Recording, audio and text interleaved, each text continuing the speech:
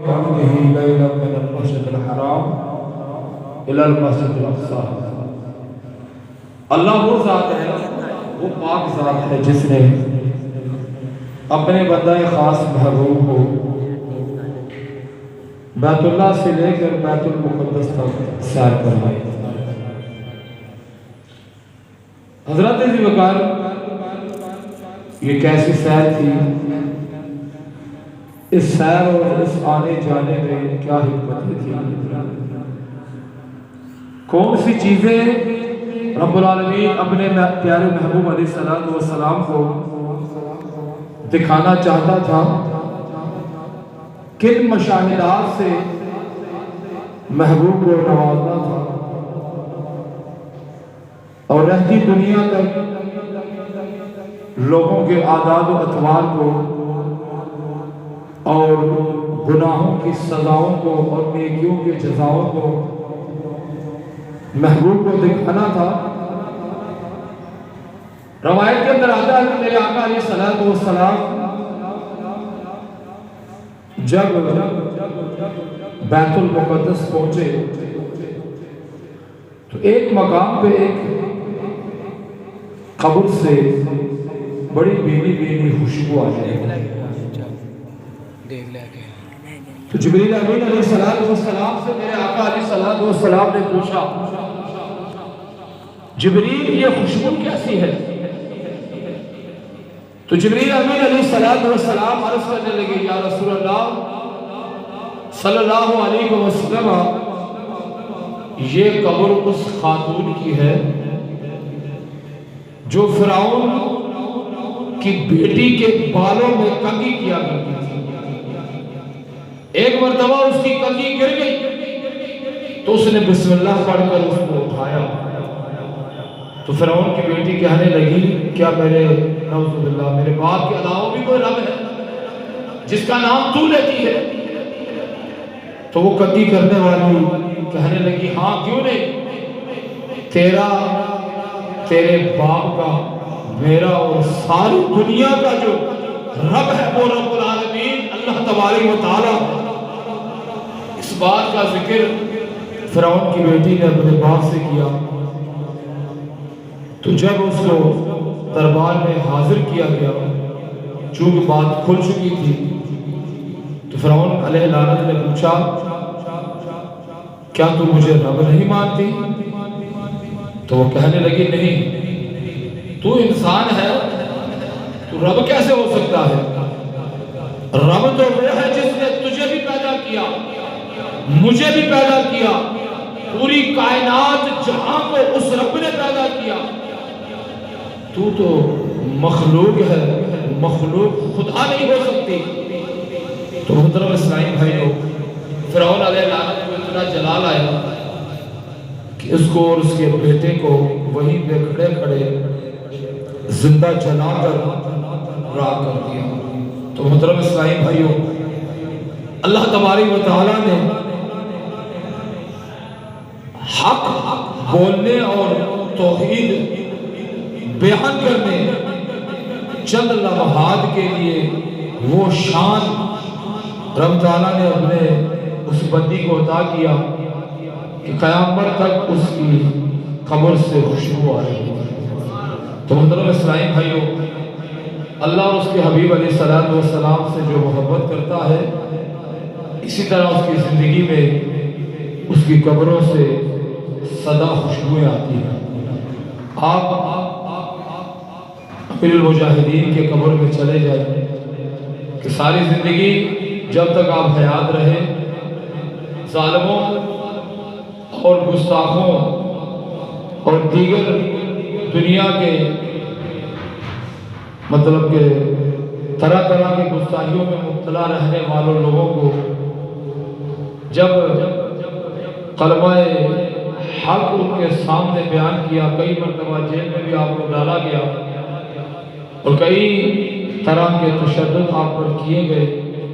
سخت سردی کی راتوں میں اوپر سے اور نیچے سے پانی چھوڑا گیا، اس کے باوجود آپ فرمایا کرتے تھے کہ خادم حسین دیکھو، پوری دنیا جن جن لوگوں سے تمہیں ان کے درمیان سے اٹھا کے جیل میں ڈالا گیا، یہ بھی تو لوگ ہیں، اپنے کاموں میں مصروف ہیں اور دیگر معاملات اپنے جاری رکھے ہوئے ہیں۔ تجھے اگر اپنے محبوب کے ناموس کے لیے انتخاب تمہارا کیا ہے تو یہ کوئی عام بات نہیں۔ آج آپ دیکھیں ان کی قبر مبارک میں جا کے کہ 24 گھنٹے کوئی نہ کوئی عاشق رسول، کوئی نہ کوئی محب امیر المجاہدین ان کے دربار میں آ کے دعا مانگ رہا ہے، اپنی گناہوں کی، ان کے صدقے بخشش کی دعا کر رہا ہے۔ تو محترم اسلامی بھائیو، اس سفر معراج میں میرے آقا علیہ السلام فرماتے ہیں جب میں حضرت موسیٰ علیہ السلام کی قبر سے گزرا تو میں نے دیکھا حضرت موسیٰ علیہ السلام اپنی قبر میں کھڑے ہو کے نماز ادا کر رہے تھے۔ وہ لوگ جو نبی کے لیے کہتے ہیں کہ نبی جو ہے نعوذ باللہ مر کے مٹی میں مل گئے، یہ عقیدہ میرے آقا علیہ السلام کا ہے کہ جب موسیٰ علیہ السلام کے قبر سے گزرا، موسیٰ علیہ السلام کو دیکھا تو وہ اپنی قبر کے اندر کھڑے ہو کے نماز ادا کر رہے ہیں۔ مسلمانوں، جس نبی کا تم نے کلمہ پڑھا ہے وہ ایسے اپنے قبر کے اندر حیات ہے کہ حضور علیہ السلام نے ارشاد فرمایا جب تم مجھ پر درود و سلام پڑھتے ہو تمہارا درود و سلام مجھ پر پیش کیا جاتا ہے۔ میں جانتا ہوں کہ کس نے مجھ پر درود و سلام پڑھا ہے۔ صحابہ کرام نے عرض کی بعد وفاتی یا رسول اللہ آپ کے دنیا سے جانے کے بعد کیا ہوگا؟ فرمایا میری قبر پر اللہ تبارک و تعالیٰ ایک فرشتے کو مقرر کرے گا، جو بھی میرے ذات پر درود و سلام پڑھے گا اس کے والد کا نام میری بارگاہ میں وہ فرشتہ بیان کرے گا کہ یا رسول اللہ صلی اللہ علیہ وسلم دنیا کے فلاں کونے سے، فلاں جگہ سے، فلاں مسجد سے، فلاں گھر سے آپ کی ذات مبارکہ پر کسی نے درود و سلام پڑھا ہے۔ تو محترم اسلامی بھائیو، مفسرین کرام اور فقہاء جو ہے یہاں پہ لکھتے ہیں کہ دربار مصطفیٰ میں رہنے والا ایک فرشتہ غلام جو ہے اس کی قوت سماعت کا یہ عالم ہے، تو میرے آقا علیہ السلام کے قوت سماعت کا عالم کیا ہوتا ہے؟ تو اسی لیے یاد رکھیے جب بھی آپ درود و سلام پڑھتے ہیں، جب بھی آپ میرے آقا علیہ السلام کی صفت و ثنا کرتے ہیں تو آپ کا یہ درود و سلام، آپ کی یہ تعریف اور یہ بیان اللہ تبارک و تعالیٰ کی عطا سے میرے آقا علیہ السلام سنتے بھی ہیں اور اس کو ملاحظہ بھی فرماتے ہیں اور اس امتی کو پہچانتے بھی ہیں۔ رب العالمین ہمیں اپنے آقا علیہ السلام کی شان و عظمت کو سمجھنے کی توفیق عطا فرمائے۔ محترم اسلامی بھائیو، شب معراج کی رات جب جبریل امین علیہ السلام 70,000 فرشتوں کے ساتھ میکائیل اور اسرافیل کو بھی ساتھ لے کر آئے تو آپ اپنی چچا زاد بہن ام ہانی کے گھر آرام فرما رہے تھے، تو جب جا کر چھت کو پاڑا اور سرکار کی بارگاہ میں حاضر ہوئے تو دیکھا کہ اللہ کے حبیب علیہ السلام آرام فرما رہے ہیں۔ تو اللہ کی بارگاہ میں ابھی عرض نہیں کی لیکن حیران ہو گئے کہ یا اللہ تیرے محبوب کو میں کیسے جگاؤں؟ اگر لب کشائی کرتا ہوں، ہاتھ لگاتا ہوں، ان کو جگاتا ہوں، کہیں ان کی بارگاہ میں بے ادبی نہ ہو جائے۔ آج زبانوں کو کھول کے منبر رسول پہ بیٹھ کے جس کا کلمہ پڑھتے ہیں اس کے خلاف ایسی زبان درازیاں کرتے ہیں، ان بے حیا گستاخوں کو شرم نہیں آتی کہ جن کا کلمہ پڑھتے ہیں کیا زیب دیتا ہے ایک انسان کو کہ وہ اپنی زبان اپنے نبی کے لیے کھولے۔ آج ہم کفار کے لیے کہتے ہیں کہ من سب نبیًا فاقتلوہ، کہ جو میرے آقا کی گستاخی کرے اس گستاخ کا سر کاٹ کے رکھ دو۔ یہ برائے نام مسلمان داڑیاں رکھنے والے، جبہ پہننے والے، منبر رسول پہ بیٹھ کے نبی علیہ السلام کی گستاخیاں کرتے ہیں تو محترم اسلام بھائیو جبریل امین کو دیکھے کتنا باادب ہے. جب یہ بات سوچنے لگا تو اللہ تبارک و تعالیٰ نے ارشاد فرمایا اے جبریل امین علیہ السلام تیرے ہونٹوں کو میں نے کافوری بنایا ہے. کافور آج بھی آپ اپنے ہاتھ میں لے تو وہ ٹھنڈا ہوتا ہے. تیرے ہونٹوں کو میں نے کافوری بنایا ہے. میرے محبوب کے پاؤں کو چومو میرا محبوب اٹھ کر جبریل امین علیہ السلام نے جب میرے آقا کے قدموں کو چوما میرے آقا علیہ السلام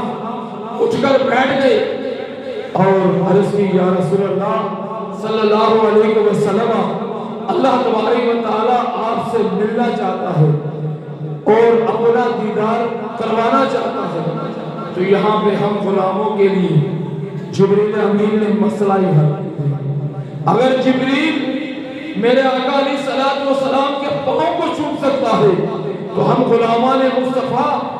اپنے نبی کے نام کو چوم کر آنکھوں کے ساتھ لگا سکتے ہیں. تو اسی لیے جب بھی اپنے محبوب کا نام سنے تو چوم کر آنکھوں سے ضرور لگایا کرے. یہ صبر، یہ عشق، یہ محبت ہمیں جبریل امین علیہ السلام نے شب معراج کی رات بتلایا ہے. یہ سبق دیا ہے رہتی دنیا تک ہر عاشق رسول کو کہ جب بھی اپنے محبوب کی بات سامنے آ جائے تو اس وقت نام ہو، ذات ہو، پاؤں ہو، چوم کر آنکھوں کے ساتھ لگایا کرے